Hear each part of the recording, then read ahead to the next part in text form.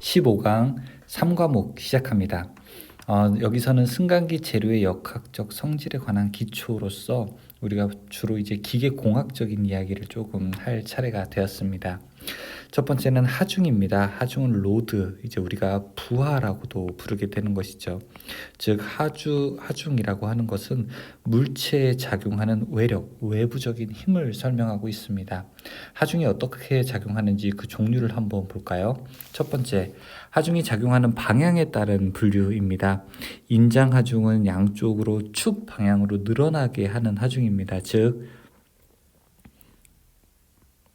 이러한 원통형의 어떤 재료가 있을 때에는 축 방향으로 이렇게 양쪽으로 늘리게 하는 것을 우리가 인장하중이라고 부르게 됩니다. 반대로 압축하중은 그 재료를 짓누르는 하중이 됩니다. 즉 이제 바깥으로 당기지 않고 이제 이렇게 누르는 힘, 이것을 우리가 압축하중이라고 부르게 되죠. 다음에는 전단하중입니다. 전단하중은 재료를 종방향으로 전단시키는 것, 자르듯이 하는 것이죠. 자, 이렇게 재료가 있을 때 이렇게 자르는 하중을 바로 전단하중이라고 하고요. 휨하중은 밴딩, 이것을 이제 구부리는데 사용되는 힘이 바로 휨하중입니다. 그리고 다섯 번째 비틀림 하중은 이 재료를 비트는 힘이 바로 비틀림 하중이 됩니다. 자, 이렇게 우리가 여러 가지 하중이 있는데 이 승강기에서는 왜 이런 하중들을 이야기하게 될까요? 네, 그것은 바로 로프라든지 아니면은 어떤 승강기 칼을 지지하는 여러 가지 기계 요소들의 이런 각각 하중이 우리가 기본 근간이 되어서 설계를 하게 되고 또 안전 보수를 또 유지하기 때문에 그렇습니다. 또 응력도 보겠습니다. 응력이라고 하는 것은 외부에서 힘이 가해졌을 때 사실 그 물체, 이제 기계들은 금속 재료들은 바로 변형이 되는 것이 아니라 안에서 버티는 힘이 작용하게 됩니다. 이걸 우리가 스트레스라고 부르게 되고 응력이라고 부르게 됩니다. 응력 중에서는 역시 아까 하중이 인장하중, 압축하중, 전단하중, 휨하중 이렇게 존재했듯이 응력도 다양한 응력이 있게 되는데요. 첫 번째는 수직 응력입니다. 재료의 단면에 대해 수직인 힘에 의해서 발생하게 되고 전체 하중을 면적으로 나누게 된 것을 우리가 수직 응력이라고 부르게 됩니다. 그러면 전단 응력이라는 말도 사용이 되는데요. 전단 응력은 단면과 평행인 힘에 의해서 발생을 하게 되고 이 자르는 응력이 되는 거죠. 전체 하중을 면적으로 역시 나눈 것과 같습니다. 따라서 응력은 하중을 면적으로 나눈 것과 같다라고 여러분들이 생각을 하셔도 됩니다. 다음은 변형률이 있습니다. 변형률이라고 하는 것은 역시 가로 변형률, 세로 변형률이 있는데 얼마만큼 원래의 것보다 더 늘어났느냐 이렇게 생각하셔도 괜찮습니다. 여기서 보게 되면은 D가 바로 처음 가로 방향의 길이고요. 그 다음에 여기 델타가 가로 방향의 늘어난 길이인데요. 이것이 바로 가로 변형률이고 세로 변형률은 세로의 길이에 대해서 늘어난 길이를 이야기할 수 있겠죠. 자, 따라서 처음 원래 길이에서 그 다음에 나중에 늘어난 길이를 우리가 변형률이라고 부르면 됩니다. 가로, 세로, 전단 다 관계없습니다. 원래의 길이분의 늘어난 길이 그렇게 생각하시면 되겠습니다. 다음은 탄성 계수입니다. 탄성이라고 하는 것은 뭐죠? 우리가 보통 스프링을 떠올릴 수 있게 되는데요. 원래의 힘으로 다시 이렇게 돌아오는 겁니다. 스프링이라고 하는 부속은 제가 밖에서 힘을 가하면, 밖에서 힘을 가한다는 것이 바로 이렇게 밖에서 당기는 것이 되겠죠. 당긴다는 게 바로 바깥에서의 힘이기 때문에 이걸 우리가 외력을 가한다고 합니다. 외부에서 힘을 가하게 되면 늘어나게 되죠. 하지만 이 외력의 힘을 만약에 제거하게 되면, 즉 없애게 되면, 손을 놓게 되면 다시 원래 상태로 돌아오게 될 것입니다. 이걸 우리가 탄성계수라고 부르게 됩니다. 탄성계수가 클수록 원래의 힘으로 더 잘 돌아오려고 하는 그런 특징을 가지고 있죠. 자, 후크의 법칙이라고 하는 거 기억하시기 바라겠습니다. 아주 중요한 탄성계수와 관련된 법칙입니다. 같이 한번 읽어볼게요. 용수철과 같이 탄성이 있는 물체가 외력에 의해 늘어나거나 줄어드는 등 변형이 되었을 때 자신의 원래 모습으로 돌아오려고 하는 돌아오려고 반항하는 복원력의 크기는 변형 정도의 관계를 나타내는 물리법칙으로 비례 한도 이내에서 응력과 변형률은 비례한다는 법칙. 자, 이거 중요한 거죠. 비례 한도 이내에서, 즉 허용 한도 안에서 응력과 변형률이 서로 비례한다는 겁니다. 즉 응력이 올라가게 되면 변형률도 올라가게 된다는 것을 우리가 바로 여기 비례 상수로서 탄성 계수라고 하는 것을 의미하고 있습니다. 이것이 바로 후크의 법칙입니다. 즉 응력이 커지게 되면 탄성 계수가 일정할 때 응력이 커지게 되면 변형률도 역시 커지게 된다, 이 뜻입니다. 그러니까 잘 늘어나는 것은 복귀하는 힘이 크다면은 변형도 더 많이 된다, 이것으로 우리가 설명할 수 있죠. 허용 응력과 안전율을 한번 보도록 할까요? 저 앞에 승강기 보수할 때도 나왔지만 허용 응력이라고 하는 것은 안전상 허용하는 최대의 응력입니다. 그러니까 허용 응력은 정상적으로 동작하는 범위 안에서 가해주는 최대의 외력을 우리가 의미하게 되는 거죠. 자, 하지만 사용 응력이라고 하는 것도 있습니다. 기계나 구조물을 실제로 사용하는 각 부분에 생기는 응력으로서요, 우리가 사용할 때는 이렇게 하게 됩니다. 사용 응력이 일반적으로 사용하는 거고요. 일반적으로 사용할 때는 당연히 허용 응력보다는 낮아야 되겠죠.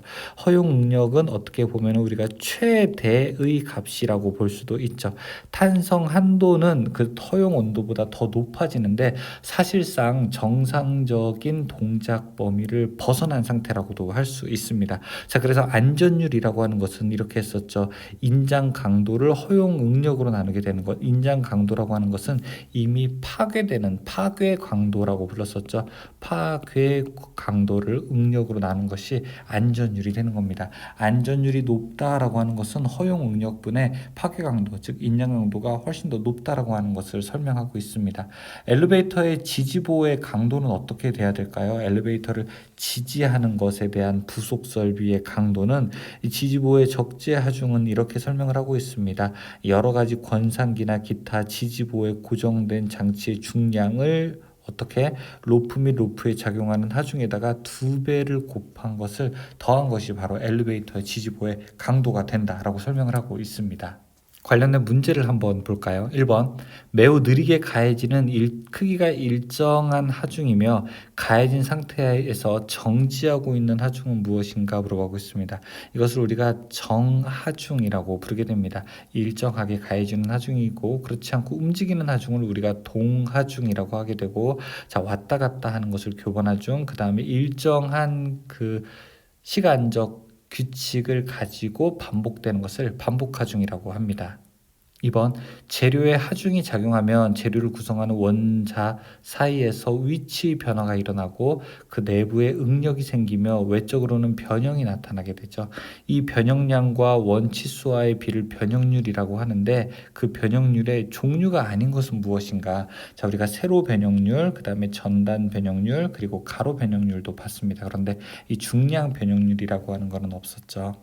3번, 인장 강도가 400kg per 제곱센티미터인 재료를 사용 응력이 100kg per 제곱센티미터로 사용한다면 안전 계수는 어떻게 되는가? 보통 사용하는 것이 100인데 최대 버틸 수 있는 게 400이라고 하죠.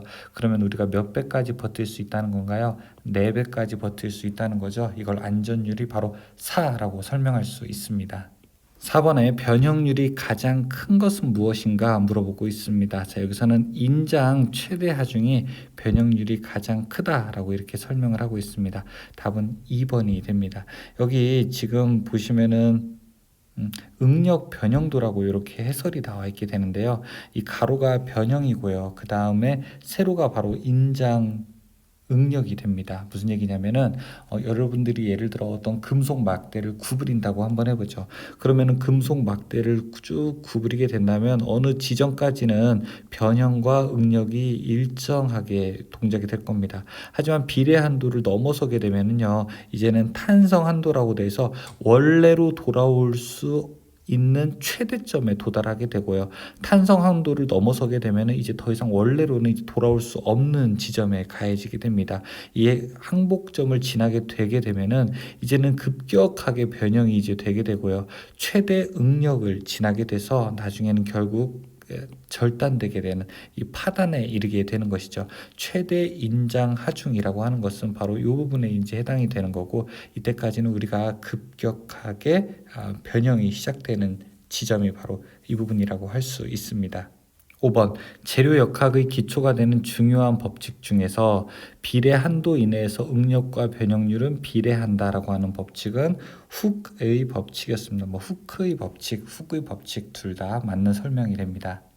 6번 응력 변형률에서 허용 응력이 커지면 반비례적으로 작아지는 것은 무엇인가 물어보고 있습니다. 허용 응력이라고 하는 것은 어떻게 해야 되나요? 바로 안전율에 우리가 식으로부터 유도할 수 있게 되는 것이죠. 안전율이라고 하는 것은 허용 응력분의 그 다음에 극한 강도를 설명하고 있죠. 극한 강도, 파괴 강도, 그렇죠? 그래서 변형률에서 허용 응력이 커진다는 얘기는 반비례적으로 무엇이 작아진다는 얘기입니까? 극한 강도가 작아진다는 것을 설명하겠죠. 답은 이렇게 3번이 되겠네요. 7번 높이 50mm의 둥근 봉이 압축 하중을 받아 0.004의 변형이 생겼다고 하면 이 봉의 높이는 얼만큼이 되는가 물어보고 있습니다. 자, 이렇게 봉이 있었는데 이 봉의 원래 높이가 50mm라고 이야기하고 있습니다. 그런데 변형이 0.004만큼 됐다고 하네요. 자, 원래 이제 우리가 변형률이라고 하는 것은 어떻게 계산을 했습니까? 변형률이라고 하는 것은 원래 길이분의 그 다음에 압축된 길이, 이것을 변형률이라고 했었죠. 이 변형률이 지금 압축을 받은 상태에서 바뀌게 된 것이니까 이 봉의 원래 높이를 설명할 수 있습니다. 그러면 압축된 길이는 변형률에다가 원래의 길이를 곱하게 된 거죠. 변형률이 지금 0.004이고 원래의 길이가 50이 되니까 압축된 길이는 0.2mm만큼 압축되었다는 겁니다. 그러면 0.2mm만큼 압축되었으니까 50에서 0.2mm만큼을 뺀 거. 자, 이게 얼마가 될까요? 49.80이 되겠네요. 답은 1번에 해당합니다. 8번 변형량과 원래 치수와의 비를 변형률이라고 하게 됩니다. 다음 중 변형률의 종류가 아닌 것은 무엇일까요? 가로 변형률 있습니다. 그리고 세로 변형률도 있고 전단 변형률도 있지만 4번에 전체 변형률은 없죠. 답은 4번이 됩니다. 9번 다음 중 와이어 로프 안전율의 산출 공식으로서 옳은 것은 무엇이냐? 단 F는 안전율, S는 로프 한 가닥에 대한 파단 강도, N은 로프의 가닥수, 그 다음에 W는 총 하중, 이렇게 이야기하고 있습니다. 자, 우리가 안전율이라고 하는 것은 어떻게 할까요? 이 안전율이라고 하는 것은 허용 응력분의 극한 강도, 즉 파괴 강도를 설명하고 있는 거죠. 지금 최대 정지 부하가 W라고 이야기를 했고요. 그 다음에 개수에다가 안전율을 곱하게 되는 거, 로프 한 가닥에 파단 강도를 곱하게 되는 거, 이렇게 계산하게 되면은 이거 안전율을 계산할 수 있겠네요. 한 가닥에 가지는 파단 강도에다가 몇 가닥인지 그 가닥수를 곱하게 되는 것이 즉 전체 파단 강도가 될 테니까요. 답은 여기서 2번으로 놓을 수가 있습니다. 여기까지 우리가 15강 재료의 역학적 성질에 관한 기초를 배웠고요. 이제는 다음 시간에는 16강에서는 승강기 주요 기계 요소별 구조와 원리에 대해서 학습하도록 하겠습니다. 수고하셨습니다.